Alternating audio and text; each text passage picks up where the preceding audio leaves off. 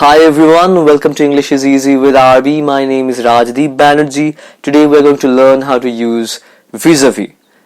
First of all, it's not vis-a-vis, it's vis-a-vis. Let's have a look at the transcription.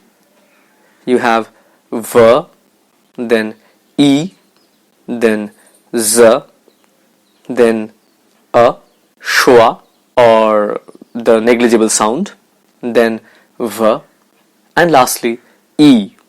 The S that we have in spelling is a silent letter, so we are not going to pronounce it. Vis-a-vis. Okay, now we are going to use vis-a-vis in two different contexts.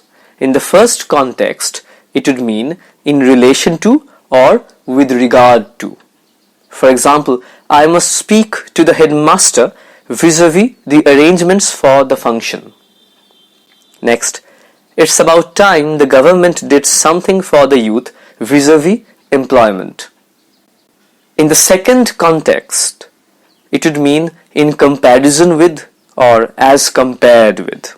For example, what worries me is the lackluster performance of the local clubs vis-a-vis the foreign teams. Okay, I hope you got to learn something new.